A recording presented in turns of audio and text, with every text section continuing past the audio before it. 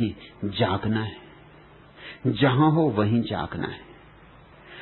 संन्यास साक्षी भाव है, मधुरी साक्षी बन।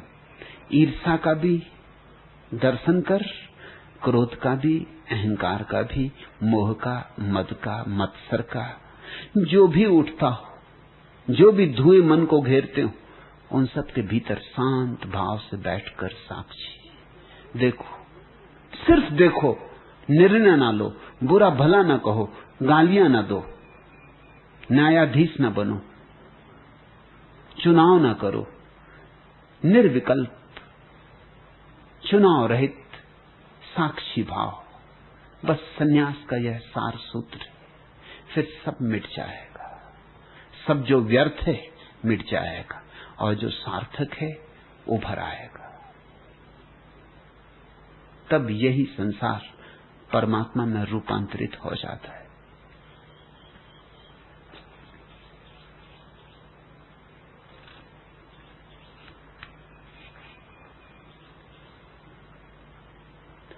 दूसरा प्रश्न, भगवान, मुझे बहुत दुख होता है कि मेरा पात्र इतना बड़ा नहीं है कि आपको समझ सके।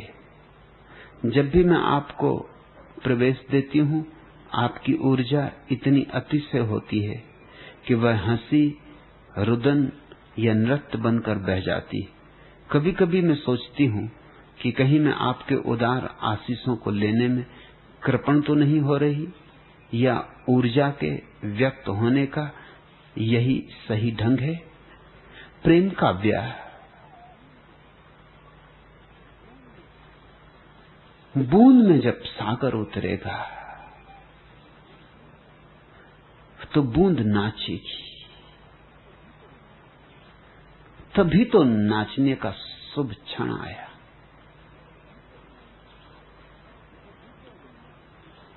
तभी तो नाचने की घड़ी आई। फूल जब खिलेगा, सुवासित होगा, सूरज की किरणें फूल पर नाचेंगी, तो फूल के भांवर पड़ने की घड़ी आ गई, शुभ मुहूर्त आ गया। यही तो घड़ी है जिसकी प्रतीक्षा थी जन्मों जन्मों से।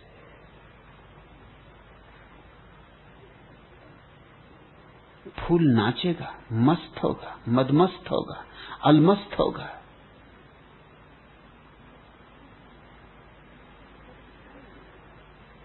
सत्संग में ऊर्जा तो बरसेगी, वही तो सत्संग का अर्थ है। और यह ऊर्जा मेरी नहीं, परमात्मा की है। तुम्हारे भीतर भी जो नाच उठा है वह भी परमात्मा का है, क्योंकि परमात्मा को ही परमात्मा से मिलना हो सकता है। परमात्मा और परमात्मा में ही तालमेल हो सकता है। शिष्य और गुरु के बीच जब जुगलबंदी बंध जाती पूरी पूरी, तो न शिष्य रह जाता न गुरु रह जाता, बस जुगलबंदी रह जाती।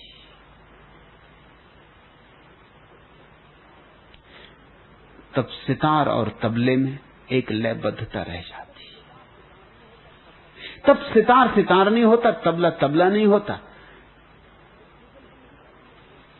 जब जुगलबंदी अपनी चरम शिखर पर पहुंचती है, तो तबला सितार होता है, सितार तबला होता है।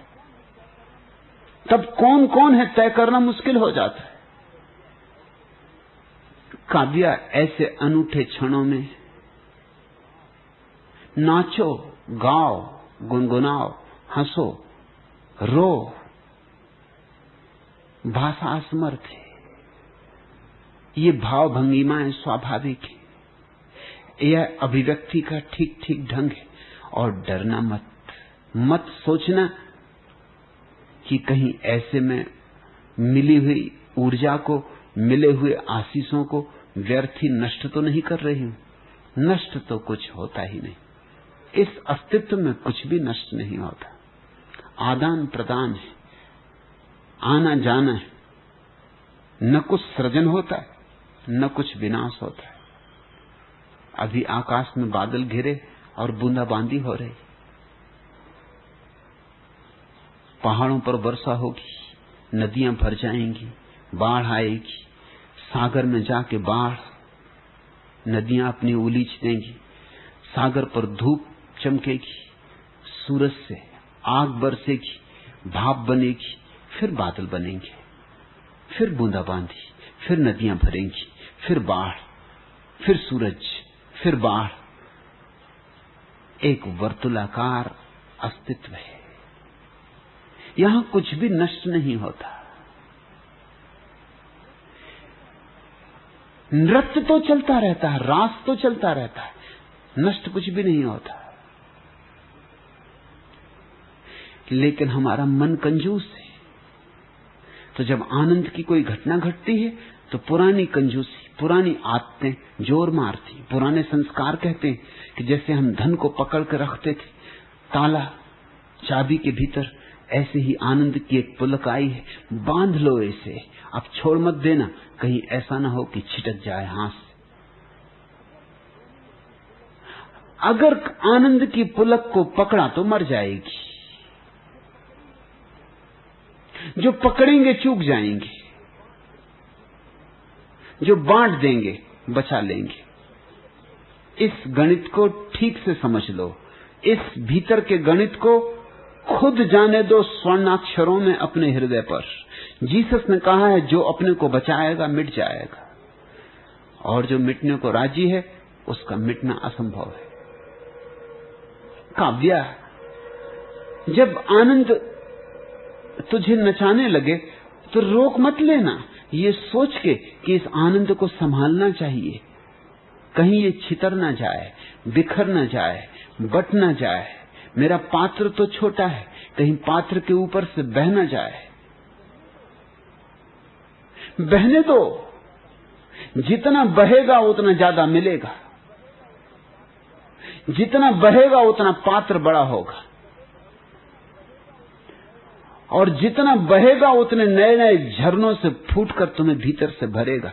जैसे कुआं, पानी उलीचो, नए झरनों से पानी चला आता है। लेकिन कोई कंजूस अपने कुएं को बंद कर दे, ताला लगा दे, कैसे रोज रोज लोग पानी निकालते रहे तो एक दिन पानी खत्म हो जाएगा। कल गर्मी आ सकती है, कोई मुसीबत के क्षण आ सकते हैं, तो मैं प्यासा मरूंगा। ताला मार दे कि जब जरूरत होगी तब मैं ही पीऊंगा, हर किसी को ना पीने दूंगा, तो कुआं मर जाएगा, उसके झरने मर जाएंगे, झरनों पर पत्थर, कंकड़, रेत, धूल जम जाएगी। और जब पानी उलीचा ना जाएगा तो नए पानी की कोई जरूरत ही न रहेगी। पुराना पानी सड़ेगा, गलेगा, विषाक्त हो जाएगा। और कभी अगर जरूरत के क्षण में इस कृपण ने उस पानी को पिया तो मरेगा, जिएगा नहीं। वो पानी फिर प्राणदायी नहीं होगा। तुम्हारे भीतर जब भी आनंद बरसे बांटो, दो ही हाथ उलीचिए, फिर उसमें कंजूसी ना करना। मगर कृपणता हमारे मन की आदत है, ये मैं तुम्हें याद दिला दूं। मन कंजूस है, क्योंकि मन का गणित ये है बचाओ। मन कहता है अगर तुमने रुपए बचाए तो बचेंगे, अगर बांटे तो गए। मुल्ला नसरुद्दीन एक दिन सड़क से गुजर रहा है, एक भिखमंगे ने हाथ फैलाया। कल ही मुल्ला की लॉटरी खुली थी तो बड़ी मौज में था, और कोई दिन होता तो 1000 सबक सिखाए होते इस मस्त तड़ंग भिखमंगे को, उपदेश पिलाया होता। लेकिन आज दिल जरा मौज में था, बाग बाग था, फूल ही फूल खिले थे, पैमाना फूलों फूलों से भरा था, पैर जमीन नहीं छू रहे थे। निकाल के 100 रुपए का नोट उस भिखमंगे के हाथ पर रख दिया। भिखमंगे को भी भरोसा नहीं आया, सोचा कि नोट नकली तो नहीं, उलट पुलट के देखा,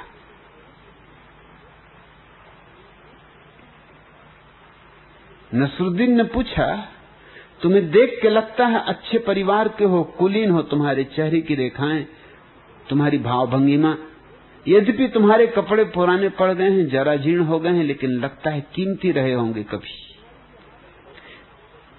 तुम्हारी ये हालत कैसे हुई? उस भिखमंगे ने कहा, मेरी हालत कैसे हुई इसे जानने में आपको ज्यादा देर न लगेगी। इसी तरह 100-100 रुपए के नोट भिखमंगों को देते रहे, ऐसे ही मैं देता रहा। जो मेरी हालत हो गई, साल 6 महीने में आपकी भी हो जाएगी। आप रास्ते पर ही हो।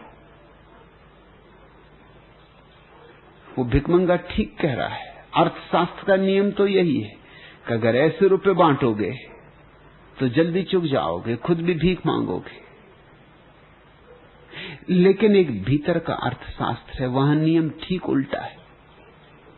कभी झील के किनारे खड़े हुए, झील में झांक के देखा, तो तुम्हारी जो तस्वीर झील में बनती वो उल्टी बनती।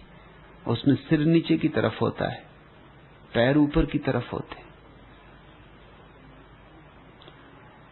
अगर मछलियां तुम्हें झील में देखती होंगी तो सोचती होंगी, खूब अजीब जानवर है ये भी, सिर नीचे की तरफ, पैर ऊपर की तरफ। इस संसार में उस परलोक की छाया बनती। हम झील की मछलियां हैं। हमें जैसा दिखाई पड़ता है वो शाश्वत नियम के बिल्कुल विपरीत है। इस जगत में तो सिर नीचे पैर ऊपर। यहां तो हर एक व्यक्ति शीर्षासन कर रहा है,